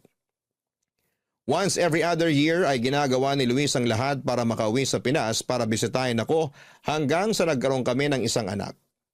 Ngayong taong ito ay nakatakda na rin kaming umalis ng Pinas para tumira sa Canada kasama ang asawa ko, Papa Dudut. Ito ang kwento namin ni Luis. Sana'y napakilig namin ang inyong Valentines. Maraming salamat po, Papa Dudut, ang inyong forever kapuso at kabarangay. Shona. Mga kabarangay, tandaan na ang tunay na pagmamahal ay walang pinipiling kasarian. Maging bukas sana tayo sa pagkakaroon ng malayang pag-ibig at naway tanggapin natin ang lahat ng uri nito. Sapagkat sa huli, Dear Papa Dudut, sa mundong mapanghusga ay hindi na talaga may iwasang pagtaasan ng kilay ng mga tao ang dalawang nagmamahalan na mayroong malaking age gap. Ganyan ang sinapit ko noong napamahal ako sa isang binatang 10 taon ang agwat mula sa akin. 35 years old na ako ngayon, samantalang 25 years old naman ang boyfriend ko. Tawagin na lamang akong Marie, samantalang Hari na lang ang itawag ninyo sa boyfriend ko. Isa po akong masahista sa Morato na mayroong madilim na nakaraan. Lumaki ako sa isang pamilyang walang magulang. Tanging ang lola ko lang ang nag-alaga sa aming magkakapatid noong kami musmos pa lamang. Aminado naman po ako noong kabataan ko ay talagang walang direksyon ang buhay ko. Dahil walang magulang na gumabay sa akin. Napunta ako sa mga maling tao. Nagkaroon ako ng mga kaibigang walang ibang ginawa kung hindi ang sirain ang buhay nila. Hindi po ako nakapagtapos ng pag-aaral dahil mas pinili ko ang barkada ko noon kesa sa edukasyon. Dahil sa barkada ay natuto akong magbisyo. Nalulong ako sa ipinagbabawal na gamot at ilang beses na rin po akong hinuli ng mga pulis dahil sa panggugulo. Pero nagbago ang lahat noong namatay ang lola ko. Naiwan sa akin ang responsibilidad na alagaan ang mga nakababata ko pang kapatid. Sa edad na 22 ay naging taga-silbi ako sa karinderya. Naging waitress ako sa bar, naging kasambahay at naranasan ko ring maging ticket seller sa isang terminal ng bus. Lahat ng iyon ay ginawa ko para sa mga kapatid ko. Hanggang sa isang kaibigan na nagpasok sa akin sa isang massage parlor. Inaral kong maging massage therapist. At simula noon ay doon na po ako nagtrabaho hanggang sa kasalukuyan. Doon ko na rin po nakilala si Harry.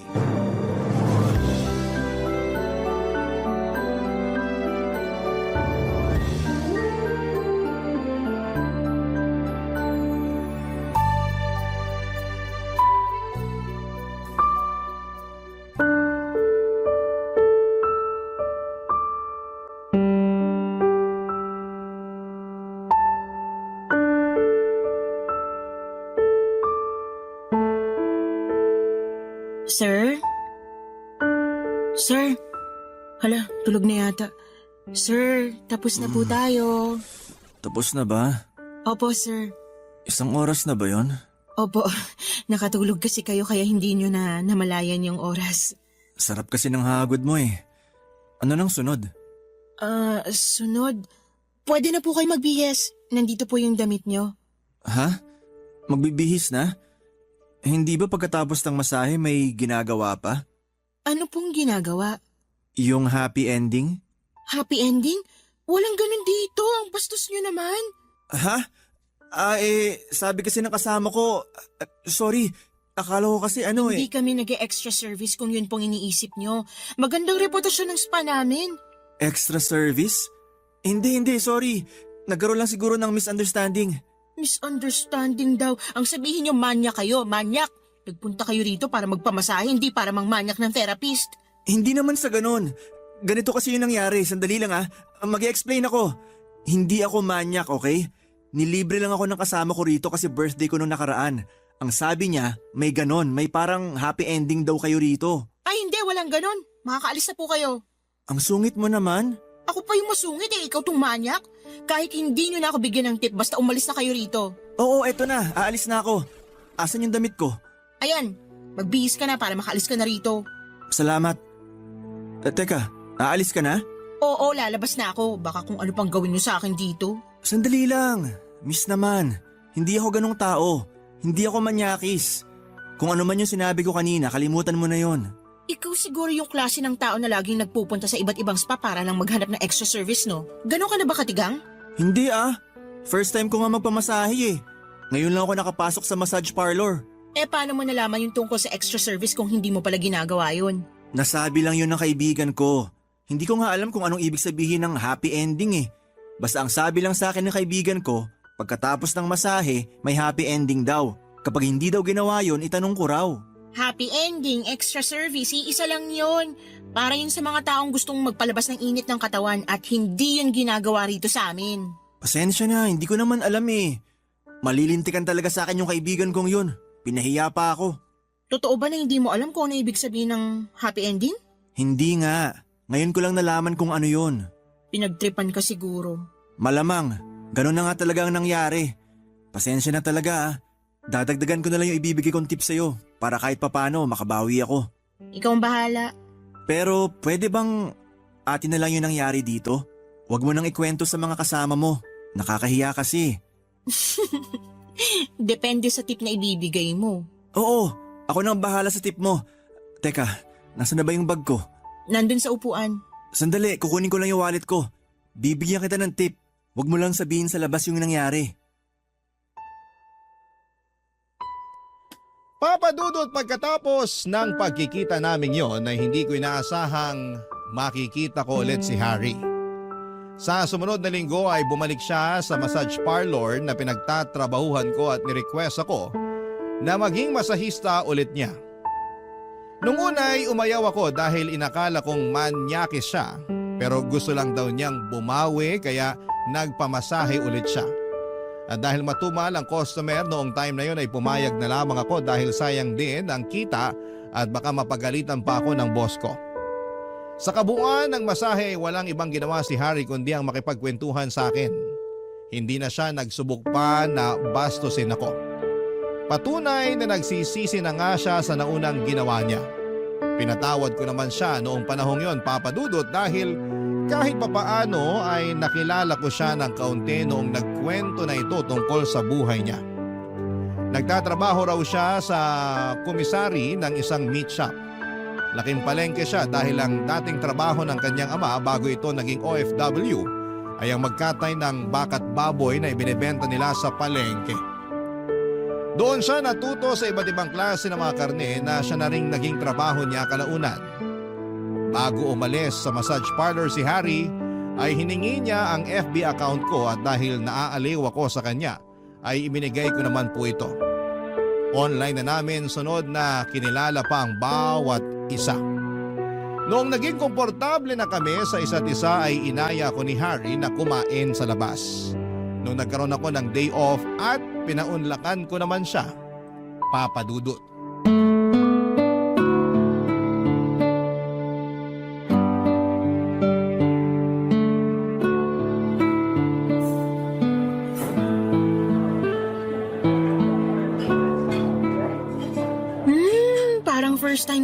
yatang makatikim ng pagkain sa lugar na to ah. Talaga ba? Oo, karaniwan kapag kumakain ako rito sa mall, yung mga kilalang fast food na yung pinupuntahan ko. Mabuti na lang pala dito tayo napunta. At least may matitikman kang bago. Wala naman tayong choice eh. Nagpunta tayo rito kung kailan maraming tao sa mall. Punuan tuloy yung mga kainan. Maiba tayo. Ilang taon ka na palang masahista? Nasa 7 taon na rin siguro. Matagal na rin pala. Yun talagang inaral mo? Hindi. Hindi ako nakapagtapos sa college. Bakit naman? Mahabang kwento. Sabihin na lang natin na suwail ako nung kabataan ko kaya hindi naging magandang takbo ng buhay ko nun. Pero ngayon, Syempre hindi na. Nagbago na ako simula nung namatay yung lola ko. No choice naman ako eh. Ako yung pinakamatanda sa aming magkakapatid kaya ako yung naghanap buhay. Hindi ko rin naman matiis yung mga kapatid ko na kumakalamang sikmura kaya ako yung gumawa ng paraan para mapakain sila.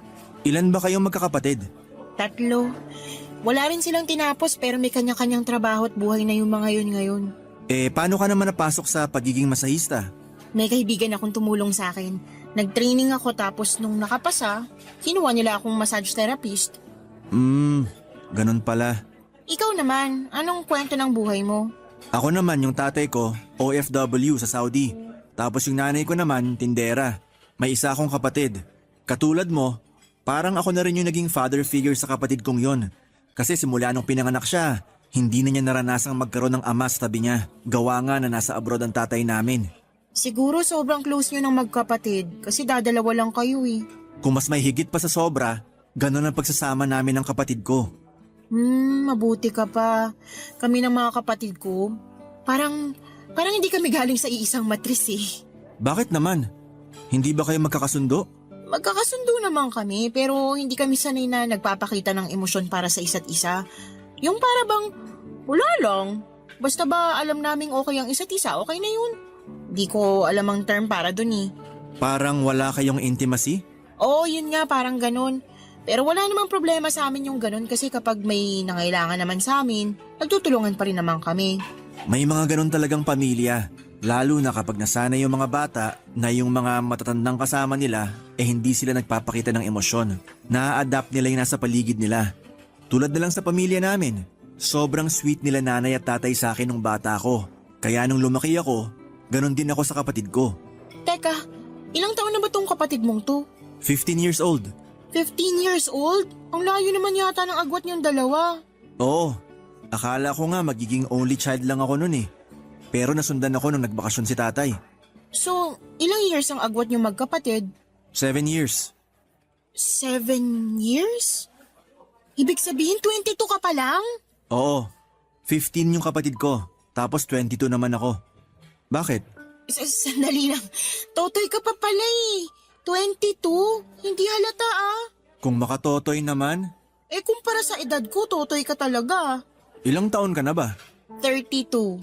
10 years ang agwat nating dalawa. Hindi pwede yun. Baka mamaya sabihan pa ako na tirador ako ng mga bagets. Wala namang problema sa akin yun eh. Wala nga sa'yo, pero sa mata ng mga tao, problema yun. Baka matawag pa akong pedophile. Hindi naman ako underage eh. Kahit na. Alam mo, pagkatapos nito, tapusin na natin to, okay? Ha? Bakit naman? Hindi tayo bagay sa isa't isa. Masyado akong matanda para sa'yo. Papadudot, sobrang na-turn off talaga ako kay Harry noong nalaman kong 22 years old pa lamang siya. Hindi ko yon inaasahan dahil mature na ang itsura niya dahil sa balbas sarado nitong mukha. Isa pa ay napaka-mature din niyang mag-isip at magsalita kaya hindi ko aakalaing totoy pala siya. Nasayangan lamang ako dahil medyo nagkakaroon na ako noon ng feelings para kay Harry. Yun nga lang dahil bata pa siya. Ayoko na mismo ang umiwas. Ayokong maging babysitter sa isang relasyon kaya hindi talaga ako pumapatol sa mga mas bata sa akin. Iniwasan ko siya ng ilang araw pero hindi nagpaawat itong si Harry. Lagi pa rin niya akong chinachat kahit na hindi ko na siya nire-replyan. Nagpupunta rin siya sa pinagtatrabahuhan ko para kausapin ako kahit na ilang beses ko na siyang pinagtabuyan.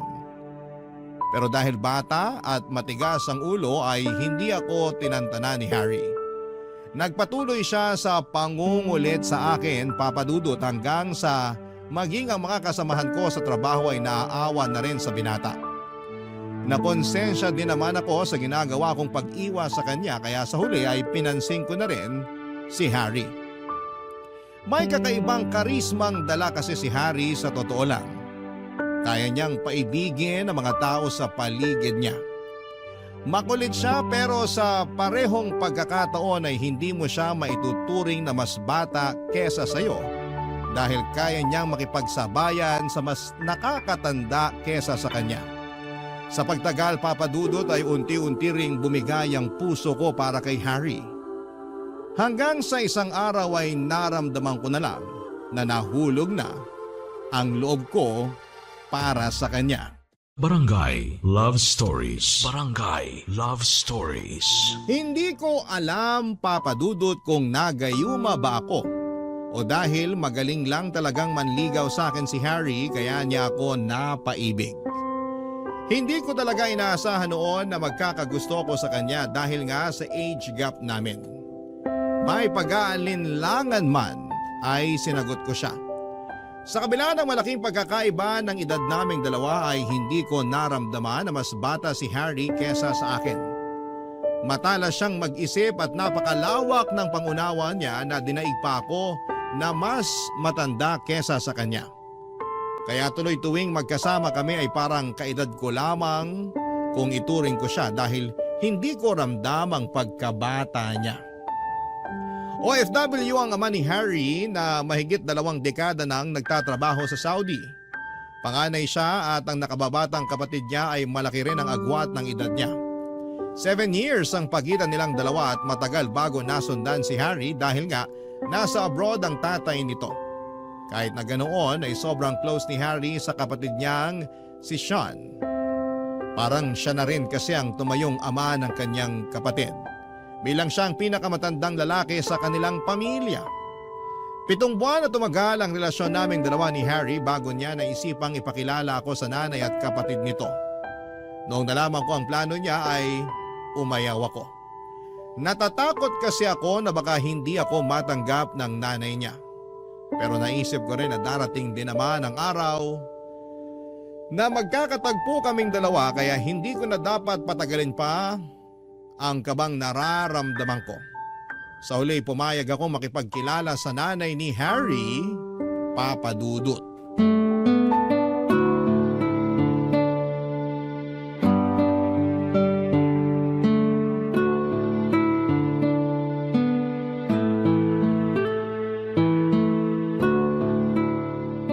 Nay, pasuyo naman ako.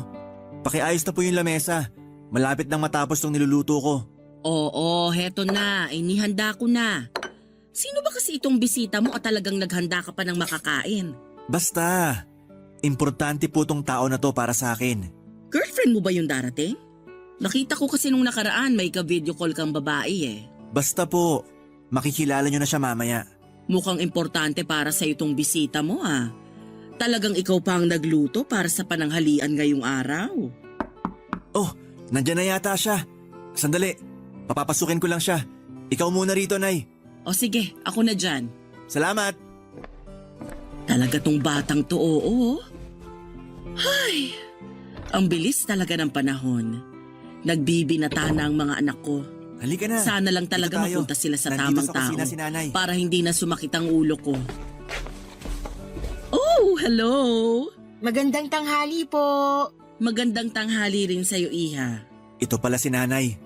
Nay, siya po si Maris. Siya po yung girlfriend ko.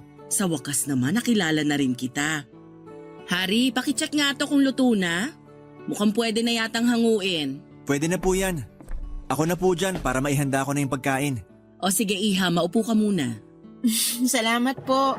Sayang, si Sean wala ngayon. Di mo na siya naabutan. Saan ba siya nagpunta? Nandun yon sa kaklase niya. Gagawa yata sila ng project. Hindi ko alam, nagmamadali eh. Hindi na tuloy nakapananghalian. Ay, ganun po ba? Sayang naman. Hayaan mo, ipapakilala ka namin sa kanya sa susunod na dalaw mo rito. Taga saan ka pala? Mukhang malayo pa ang pinanggalingan mo ah. Sa Novaliches lang po ako. Talaga? May kumari ako dun eh. Pero sa bagbag siya nakatira. Sa Tandang Sora naman po ako. Mabuti naman na isipan ka ng ipakilala nitong anak ko sa akin.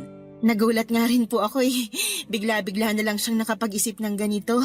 Saan naman kayo nagkakilala? Mamaya na yung interview. Eto, kumain na muna tayo habang mainit pa to. Sa parlor po kami nagkakilala. Nakakatuwa nga yung araw na yun kasi nagpamasa. Nagpamasa yung kaibigan ko. Sinamahan ko siya tapos nakita ko si Maris doon. Kinuha ko FB niya tapos niligawan ko siya. Sinagot naman niya ako. Yun po ang love story naming dalawa. Yun nga po yung nangyari. Nagtatrabaho ka sa massage parlor? Opo, Ilang taon ka na ba?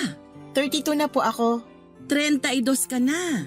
Opo, malapit na nga po ako mag-33 eh. Hindi halata, no? Parang nasa 25 lang. 22 lang tong anak ko ah. Hindi ba parang masyado namang malayo ang agwat ninyong dalawa? Nay, wala naman yan sa edad eh. Hindi requirement ang edad sa pag-ibig. Pero hindi ba mas magandang maghanap ka ng babae na mas malapit sa edad mo? 10 taon ang tandaan ng girlfriend mo sa'yo oh. Pasensya ka na iha, pero nagulat lang ako. Okay lang po. O bakit naman si Harry ang nagustuhan mo? Nagkakaubusan na ba ng lalaking nasa 30 ang edad kaya naghanap ka ng mas bata? Nay, ano namang klaseng tanong yan? Nagtatanong lang ako. Gusto kong malaman kung bakit siya nagkagusto sa mas bata sa kanya ng 10 taon. Yun ba talaga ang trip mo, iha? Kahit wag mo nang sagutin yon, Maris. Nay, medyo nakakabastos naman yung tanong nyo. Wala namang masama sa tanong ko ah. Nagtatanong lang naman ako. Parang may gusto kasi kayong palabasin eh. Nagtatanong lang yung tao, ako pa yung masama. Kumain na nga tayo para matapos na to. Masakit para sa akin, Papa Dudut, na hindi ako tanggap ng nanay ni Harry para sa anak niya. Pero inaasahan ko na rin yon, Papa Dudut. Alam kong hindi normal para sa iba na makakita ng 2 taong nagmamahalan na malayong agwat ng kanilang edad, lalo na kung yung babae ang mas matanda. Pero kahit na ganoon man ang naging reaksyon sa akin ng kanyang ina, ay hindi nagpaapekto si Harry. Nagpatuloy pa rin ang relasyon naming dalawa. Hindi naging issue sa amin kahit na ayaw sa akin ang nanay niya dahil ayon kay Harry ay nasa 8 gulang na siya at karapatan niyang pumili ng taong mamahalin niya. Isa pa ay wala na raw magagawa pa ang nanay nila tungkol doon. Dahil hindi naman daw mahilig makialam ang nanay niya sa mga personal nilang desisyon. Ang mahalaga ay naipakilala na raw niya ako sa pamilya niya. Hindi ko inaasahan na tatagal ang relasyon namin ni Harry at hindi ko rin kasi ini-expect na mas lalo pa akong mapapamahal sa kanya sa mga susunod pang buwan ng pagsasama namin. Hindi ko naman ikakaila na minsan ay nagkakaroon kami ng tampuhan ni Harry. Normal lang din naman siguro yon sa mga magkasintahan. May mga araw na nagkakaroon kami ng pagtatalo lalo na pagdating sa oras. At may pagkakataon din na nagkakaroon ng selosan sa pagitan namin. Pero ang mga problemang yon na dumarating sa buhay namin ang mas nagpapatatag pa sa relasyon naming dalawa. Sa sobrang bilis ng mga oras ay hindi ko namamalayang 3 taon na pala ang dumaan.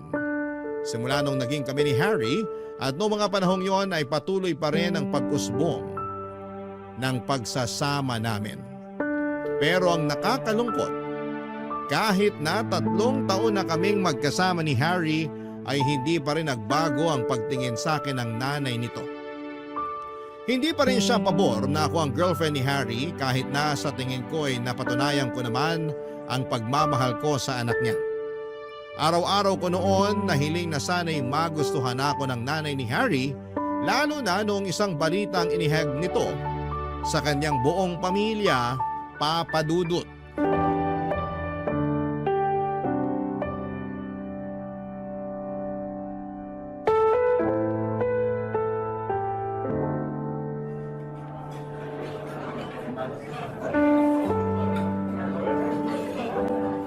Maris, nandito ako. Hala, ikaw pala yung nakaupo rito. Hindi kita namukhaan ah. Nag-iba itsura ko, no? Umupo ka na. Salamat. Ano, bagay ba sa akin tong bagong hairstyle ko? Oo, mas gumwapo ka. Mukha ka tuloy sundalo. Bakit mo naman naisipang magpagupit ng ganyan? Kasi special tong araw na to para sa akin. Special? Bakit naman? Mamaya ko na sasabihin kapag kompleto na tayo. May inaantay ka pa? Sino pa bang makakasama natin ngayong gabi? Inimbitahan ko rin si Nanay at Sean. Talaga? Ano ba kasing meron ngayon? Bakit mo kami dinala rito? Mukhang mahal pa naman ang pagkain dito sa restaurant na to. Sakto lang naman. Swak naman sa budget. Nag-order na pala ako ng pagkain natin para maihanda na nila ng mas maaga. Napaisip tuloy ako kung anong meron ngayon. Hindi naman natin anniversary. Wala namang may birthday sa atin, hindi rin birthday ng nanay mo. Basta, Sabihin mo na, naku-curious na ako eh. mamaya na kapag nandito na sina. Oh, nandyan na pala sila oh. Nay, nandito kami. Ang gara naman pala ng lugar na to, anak. Hindi mo sinabi. Eh di sana nagsuot ako ng mas magandang damit. Sabi ko naman sa inyo kanina na eh, ayaw nyo maniwala. Yan tuloy. Maupo na po kayo. Magandang gabi po. Ano bang okasyon, Harry, at naisip mong kumain sa ganitong klaseng lugar? Sige na nga, sasabihin ko na kung bakit. Total, tanong kayo ng tanong, sasabihin ko na. Eto, Ano yan kuya? Maris, La, kuya, bakit ka lumuluhod? alam mo kung gaano kita kamahal. Sa ilang taong pagsasama natin, napatunayan ko sa sarili ko na ikaw na talaga yung babaeng mamahalin ko hanggang sa pagtanda ko.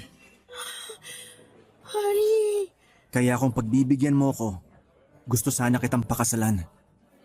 Will you marry me? oo, syempre oo, pakakasalan kita, Hari. Magpapakasal na kayo? Anak, masyado ka naman yatang nagmamadali. Pag-isipan mo muna to ng maigi. Nay, ilang buwan ko na tong pinaghahandaan. Alam ko sa sarili ko na ito ang gusto ko. Gusto ko nang mapangasawa si Maris. Ang bilis naman yata kuya. Oo nga, ilang taon pa lang naman kayong magkasama eh. Marami pang pwedeng mangyari. Marami pa nga. At sabay naming haharapin ang mga pangyayaring yon bilang mag-asawa. Masyado ka pang bata para magpakasal. 25 na po ako. Sa tingin ko nasa sapat na edad na ako para magpakasal. Alam ko po na marami po kayong pagdududa sa relasyon namin ni Hari, pero makakasiguro po kayong hindi malitong gagawin namin. Mahal po namin ni Hari ang isa't isa. Kahit anong sabihin ninyo, para sa akin, masyado pa rin tong mabilis. Handa na ba kayo sa mga responsibilidad ng mag-asawa? Baka naman masyado lang kayong na-excite. Kung ako ang tatanungin dito, hindi ako pabor. Nay, suportahan niyo na lang po kami. Hindi, aalis na ako. Nay, sandali lang! Sorry kuya, pero agree ako kay nanay ngayon. Masyado pang maaga. Pati ba naman ikaw, Sean? Maiwan ko na muna kayo ha. Habulin ko lang si nanay. Wala siyang kasama pa uwi eh. Yun na nga po ang nangyari, Papa Dudut. Hiningi ni Harry ang mga kamay ko sa harapan mismo ng kanyang nanay at kapatid. Maging ako ay nagulat dahil hindi ko inaasahan na gusto na pala akong pakasalan ni Harry noong mga panahong yon. Hindi man maganda ang naging reaksyon ng nanay ni Harry sa ginawa nitong pag-propose sa akin, ay iba yung saya pa rin ang naramdaman ko. Sa katunayan ay kinilig pa nga ako dahil sa imagination ko lang naisip ang mga bagay na yon. Pero noong time na yon ay ako na mismo ang naka-experience ng sarili kong marriage proposal. Sa mga sumunod na buwan ay sinimulan naming pagplanuhan ni Harry ang pag-iisang dibdib namin. Simple lang naman ang magaganap na kasal, pero kahit gaano pa kasimple, ang kasal ay medyo magastos pa rin po ito. Kaya naman nag-offer na akong tumulong sa mga gastusin kahit na si Harry na ang umako nito sa tulong ng kanyang tatay na OFW na sa kasamaang palad ay hindi makaka-attend sa kasal namin. Una naming binuo kung sino-sino ang dadalo sa kasal. Dahil hindi naman ito magarbo ay mga espesyal na kaibigan lang ang imbitado. Naisip din namin na sa bahay na lang nila Harry gawin ang reception. Pagdating naman sa isusuot kong wedding dress ay matagal ko nang pinag-ipunan ang bagay na yon. Kaya naman ako na ang gumastos para doon. Sa kalagitnaan ng pagpaplano namin ng kasal ni Harry ay nagulat ako sa biglang pagbabago ng ugali ng nanay nito. Kung noon ay ayaw niya akong pansinin at kausapin, noong malapit ng kasal ay bigla na lamang naging malambot ang puso nito para sa akin, na siya namang ikinagulat ko ng mga panahong yon, Papa Dudut. Barangay Love Stories. Barangay Love Stories. Hindi ko alam, Papa Dudut, kung paano ko pakikitunguhan ng isang taong matagal na nagkaroon ng galit sa akin. Simula nung naging kami ni Harry ay walang ibang ipinakita sa akin ng nanay niya kundi ang pangbabastos at pagpapamukha sa akin na hindi kami bagay ng anak niya. Para bang milagro na isang umaga ay bigla na lamang siyang bumait at tinanggap ako bilang magiging manugang niya. Naisip ko na baka kinausap ni Harry ang nanay niya kaya siya nagkaroon ng chance na magbago. Awkward man noong una pero tinanggap ko na lang din ang pagbabagong yon. Pinalampas ko na lamang ang mga kasalanang ginawa niya sa nagdaang mga taon kahit na hindi siya humingi ng sorry sa akin. Hindi nga naglaon ay unti-unti rin kaming naging close ng nanay ni Harry. Nakakatuwa dahil napakarami niyang input sa kasal namin. Dahil sa kanya ay marami kaming natipid na gastusin para sa kasal. Habang papalapit na noon ang araw ng kasal namin ni Harry ay bigla namang nagkasunod-sunod ang mga problemang dumating sa amin. Una ay biglang umayaw ang nakausap namin na sana'y magluluto para sa reception. Ayon sa kanya ay meron daw emergency sa bahay nila. Sumunod naman ay ang invitation card na inedit ng kapatid ni Harry na si Sean. Kung kailan ipapaprint na namin ito ay biglang na-delete ang kopya nito at hindi na ma-recover pa kaya kinailangan niyang gawin ulit ito. Pakiramdam ko noon ay mayroong nananabutahe sa amin at isang tao lang ang pumasok sa isip ko noon. Walang iba kundi ang nanay ni Harry na dati nang hindi pabor sa pagsasama namin ng anak niya. Kinausap ko si Harry tungkol doon pero hindi siya naniniwala na magagawa yon ng nanay niya. Pero napatunayan kong may nananabutahe nga sa aming dalawa nung dumating ang wedding invitation na pinaprint namin. Napansin ko na mali ang date na nakasaad doon. Nagsimulang mag-init ang ulo ko at kinompronta ko ang nanay ni Harry dahil sa mga nangyari.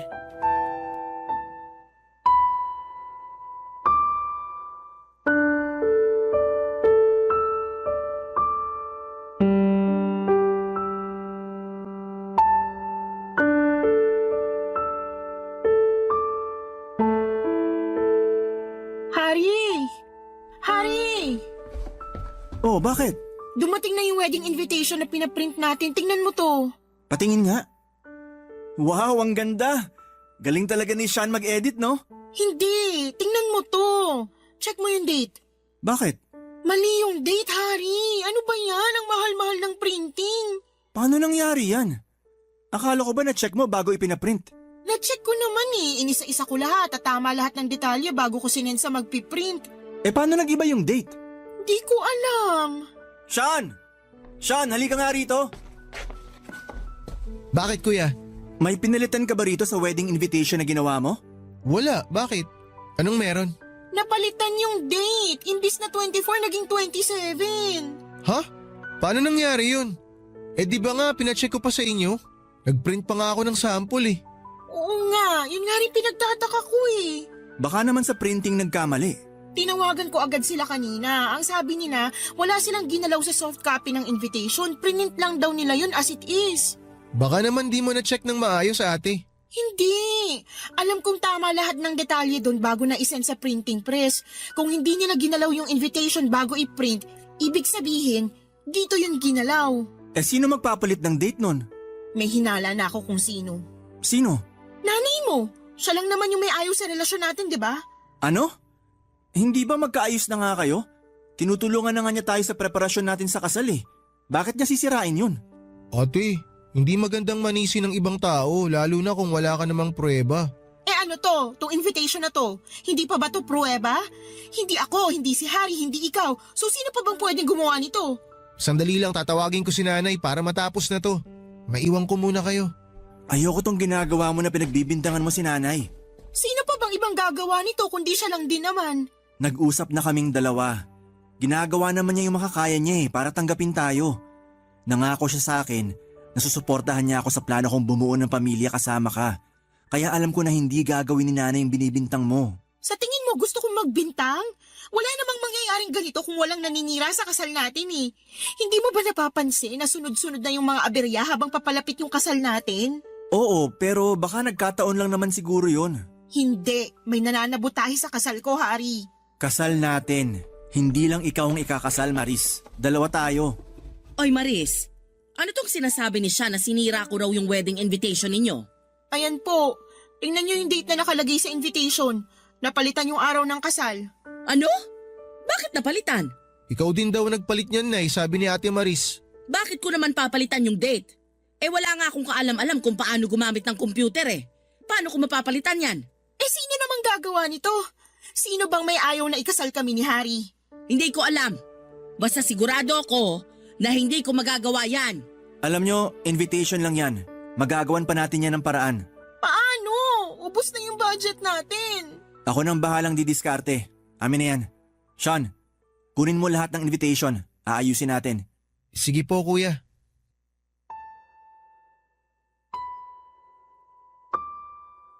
Simula noon ay nag-decide kami ni Harry na wag nang makialam ang nanay nito sa preparasyon ng kasal namin. May tampo man ay nirespeto ito ng kanyang nanay at hindi na nga siya sumali pa sa anumang desisyon na ginawa namin para sa kasal. Simula noon ay ako na ang tumitingin sa lahat ng ginawang preparasyon para masiguradong wala ng aberya na dumating. At dahil kapos na nga ang budget ay tinaparan na lang namin ang date ng invitation namin bago namin ito pinadala sa mga kamag-anak at kaibigan. Kung tutuusin ay napakasimple lang naman ang kasal na magaganap. Kompleto na po ang lahat. May magluluto na para sa reception dahil may nagregalo sa amin ng isang baboy na siyang kakatayin sa mismong araw ng kasal. May mga ninong at ninang na rin kaming napili. Ang mga abay ay kanya-kanyang dala ng isusuot nila dahil hindi naman ako mitikuloso pagdating doon. Basta umayon lang sila sa kulay na napag-usapan. Meron na ring narentahan si Harry na gagamitin para sa kasal samantalang ako ay dumating na ang na-order kong wedding gown na matagal ko ring pinag-ipunan. Handa na noon ang lahat. Gabi bago maganap ang kasal, ay sa bahay nila Harry na ako nagstay dahil mas malapit ang bahay nila mula sa simbahan kung saan kami ikakasal. Pero pagising ko kinaumagahan, ilang oras bago ang kasal ay nanlumo ako noong nakita ko ang wedding dress ko na sira-sira na, Papa Dudut.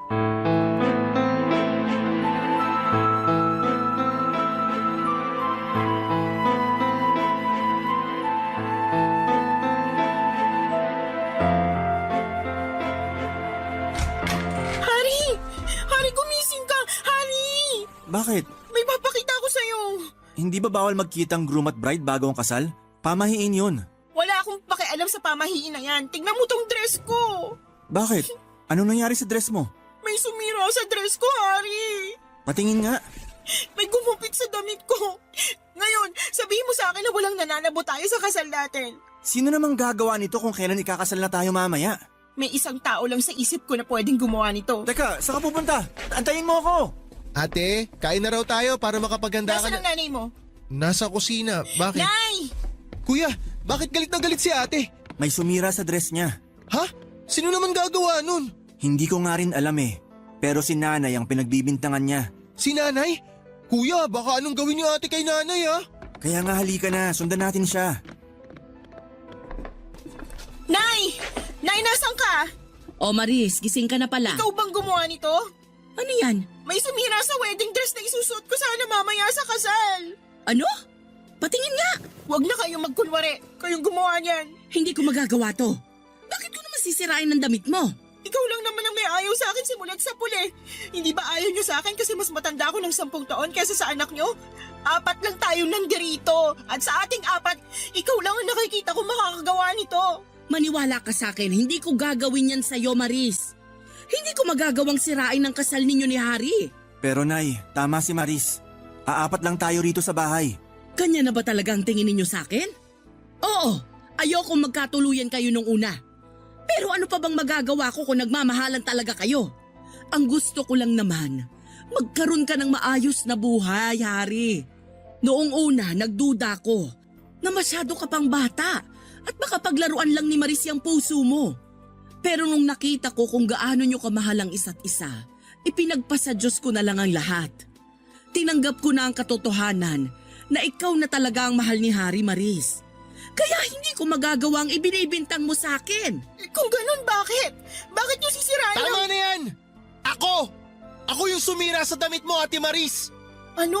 Hindi si nanay ang may ayaw na ikasal kayo. Ako yung may ayaw. Sean, ayaw mong ikasal kami ng Ate Maris mo? Pero bakit? Ayokong mawala si kuya. Siya lang yung natatakbuhan ko pag may problema ako. Siya lang yung taong nakakaintindi sa akin. Hindi pa ako ready na maiwan mag-isa. Masyado pang maaga. Pero hindi naman kita iiwan eh. Ikakasal lang kami. Pero magiging kuya mo pa rin ako. Hindi yun magbabago, Sean. Ibig sabihin, ikaw rin bang nagpalit ng date sa wedding invitation? Oo, ako lahat ang gumawa nun. Kaya wag yun ang pagbintangan si nanay. Anak, bakit mo naman nagawa yun? Nay, wala na nga si tatay dito eh. Pati si kuya mawawala rin. Ayoko. Pero nandito naman ako Anak, hindi ka maiiwang mag-isa. Sorry kuya. Sorry Ate Maris. Gusto naman talaga kita para kay kuya ate pero natatakot lang naman ako. Natakot ako na mawalan ulit ng kakampi dito sa bahay. Oo, nandyan nga si nanay pero iba pa rin kasi yung may kasama akong lalaki na mas makakaintindi sa mga pinagdadaanan ko eh. Kaya pasensya na talaga kayo. Sean, sandali lang. Huwag ka munang umalis. Sundan mo na siya, Hari. Kailangan ka ng kapatid mo ngayon. O sige. Maris, sana mapatawad mo si Sean sa nagawa niya. Bata lang siya, kaya hindi pa niya alam ang mga pinagagagawa niya. Hindi ko po alam. Naguguluhan na ako. Dapat po ba wag na lang naming ituloy itong kasal na to? Wag! Ituloy niyo to. Ilang buwan niyo tong pinaghandaan. Hindi pwedeng hindi to matuloy. Pero anong isusuot ko ngayon yan? Yung trahe de boda ko nung kinasal ako, nakatago yun sa kwarto. Pwede mong gamitin kung gusto mo. Talaga po? Oo naman. Magkapareho naman tayo ng katawan nung kabataan ko. Kaya tiyak ako na kasya sa'yo yun. Kung hindi man, ipapatawag ko na lang yung kumari kong sastre para may adjust yung damit kung sakali. Halika na, isuot mo para makita natin kung kasya ba. Salamat po, Nay. Walang anuman. Pasensya na rin po kung kayo yung pinagbintangan ko. Huwag mo nang isipin yun. May mas malaki pa tayong problema dyan na kailangang ayusin bago ang kasal ninyo. Halika na, samahan mo ako sa kwarto. Maayos naman naming naidaos ang kasal, Papa Dudut.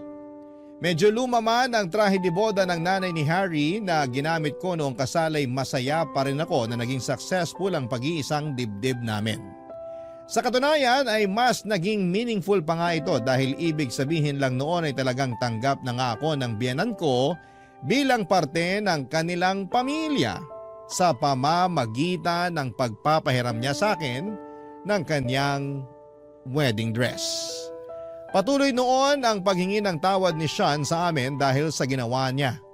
Ganon din na humingi rin ako ng kapatawaran sa nanay ni Harry dahil pinagdudahan ko ang kabutihang loob na ibinigay niya sa amin. Pinagsisihan ko rin na siya ang sinisisi ko na nanabutahe sa kasal namin. Nagkapatawaran kaming lahat at sa mga sumunod na buwan ay naging maayos na ang relasyon ko sa pamilya ni Harry.